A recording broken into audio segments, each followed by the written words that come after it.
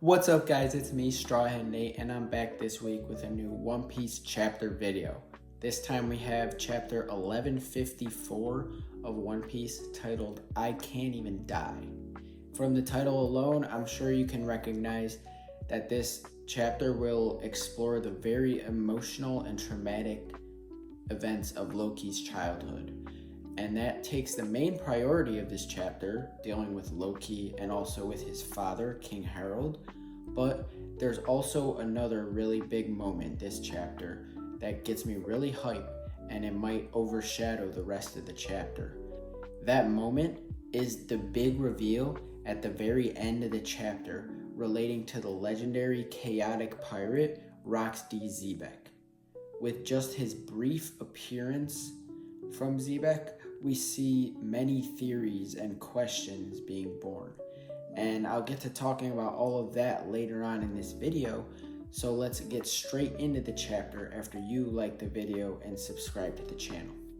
So the cover continues on with the Yamato cover series, where this time the group is being led by the daimyo Kikunojo to a graveyard. And the grave that they're going to is said to belong to a great hero born in the West Blue and raised in Ringo. And we really have no idea who this could be, so we're definitely going to have to wait till next time to see who this grave belongs to. Now, the chapter actually begins with a recap of events from Big Mom's backstory, where she ends up going on a complete rampage. And this is because of her hunger pangs, and in her havoc, she kills the elder Jorul, brother of Jarul. And this time, it shows other tragedies that happen alongside it, such as fires, storms, and famines. And all of this is blamed on Loki, his curse. Now we see that the baby Loki is basically haunting Estrid, who intended to kill the baby last chapter, but she now has to live with her son. And she calls out his demonic eyes once again, saying that he's cursed. And this is followed by the other giants kind of following the trend set by Estrid and blaming Loki's curse for everything, because they're struggling greatly with everything bad happening to Elbaf right now. The infant Loki became a scapegoat for basically all of the misery that happened on Elbaf. And then we see one of the single results from the hatred of Loki, and that's an angry giant going to attack Ida and Harold. This angry man doesn't have any sense in doing this, because this family is only like half related to Loki, but these desperate times lead to desperate measures. So he targets the innocent family. Thankfully, King Harold comes in very last second to save the day, saving his son and former wife from that crazy man. He also comes bringing great news that the people of the outside world are all willing to help Elbaf in their struggles. And we see dozens of human-led pirate ships landing on the coast of Elbaf, ready to give aid and have peace talks with Elbaf. And with this, things flip around for the most part for Elbaf towards good. And this is for everyone except Harold and Loki. That is because Queen Estrid died like the very next day. So Harold is very, very shooken up on this. Even though he was forced into this marriage, he still probably loved her. And he's grateful, though, that he's able to see his son Loki for the very first time at the funeral of Loki's mother. Harold holds up the baby Loki and questions the bandages on his eyes and the scrapes all over his body, which are all a result of his mother's abuse. And the narrator even says here that Loki had given up on love already, even just being a few months old.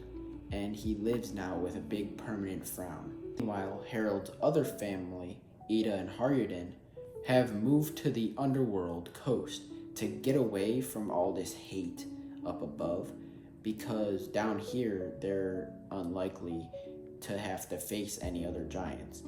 And this is probably the bar that we see Shanks go to in more recent events. And they're living just fine away from the xenophobia up above. Then we jump 7 years later, 56 years back from present day, where King Harald is visiting the elder Ja Rule. In this meeting, Ja Rule basically warns the king from allying with the world government because of past examples. They discuss the Galila Warhammer Company, an ancient troupe of giant shipwrights that were all killed for likely no reason at all by the world government. We see the silhouettes of these giant shipwrights, and people have already pointed out that these are the same giants that appear frozen in Punk Hazard. So that's a very cool connection.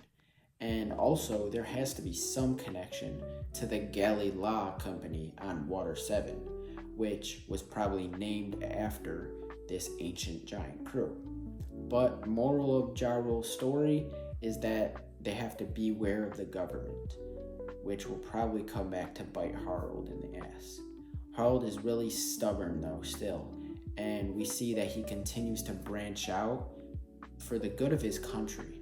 And 8 more years of Elbaf growth is shown, so we're now 48 years back from the present.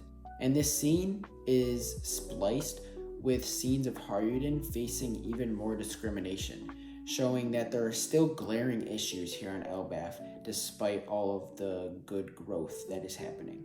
Then, out of nowhere, Loki, at his very young age, stages an attack on one of Elbaf's villages, leading a group of wild beasts from the underworld. And nobody really stops him because he's the prince of the country, but Haruden actually is the only one who tries. And this causes Loki to swing his big club at Haruden's face, which knocks Haruden straight out. And this leads Gerd and Goldberg, Haruden's dear friends, to attend to his injury. Loki looks at this display of friendship by the group, annoyed that he himself has no friends at all, unlike his brother Haruden. All because everyone on Elbaf thinks that Loki is cursed, and the reason that Elbaf is struggling. His anger causes him to insult Haruden, calling his blood filthy and his mother's blood filthy specifically, but he is really just projecting his own depression. In the next few panels, we see that Loki is so depressed and lonely that he's driven to the point of suicide at just 15 years old, jumping off of the branch of the Adam tree to the underworld below. As evident by his fall at birth, this fall doesn't actually kill the boy, but he cries on the ground for his inability to end his life. This is very similar to Kaido's story, but a lot more depressing because Loki is still so young. Now, Loki's pain on the cold, dirty ground of the underworld is interrupted by a huge arrival. Golden Lion Shiki, Miss Buckingham Stussy, and Edward Newgate, aka Whitebeard, all arrive to the scene pulling up on Loki. They are followed by their captain, Roxy Zebek, who has a title card here saying that he is the father of current Emperor Blackbeard. And for the first time, we see Zebek's face. He looks just like Blackbeard in the face, but is much more fit than his son, flaunting a very impressive muscly physique. And he asks Loki here to see the king of Elbaf, King Harald. And he's not going to take no for an answer. In the narrator boxes, it is told that Zebek killed an admiral at the Reverie 8 years ago from this moment, and that's why he has such a big bounty from the world government. The fact that he was up there in Marijois for the Reverie means that he could have been a king of some country with royal blood before he was cast away by the world. But that's where this chapter ends.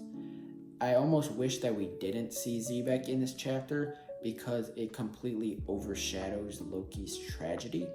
But I won't be too mad because Xebec has been hyped up for so many years already. His familial connection to Blackbeard, Marshall D. Teach, is really funny because that means 3 out of the 4 Emperors of the Sea are descendants of fighters on God Valley. Xebec is related to Teach, Garling is related to Shanks, and Garp is related to Luffy, leaving just Buggy without a famous father figure. But that can still come later on if we flesh out Buggy's backstory even more. There is this image too that I'll put up on screen suggesting that maybe Buggy and Blackbeard are both sons of Rocksteady Xebec. Also, I'm assuming that there will be a few more chapters left in this backstory at the current pace that we're going, and we'll see what Xebec has to say so bad to King Harald next time, which I think will come very soon because there's no break next week. So if you made it to the end of this video, thanks for watching. Like and subscribe to show your support, and I'll see you in the next one. Bye.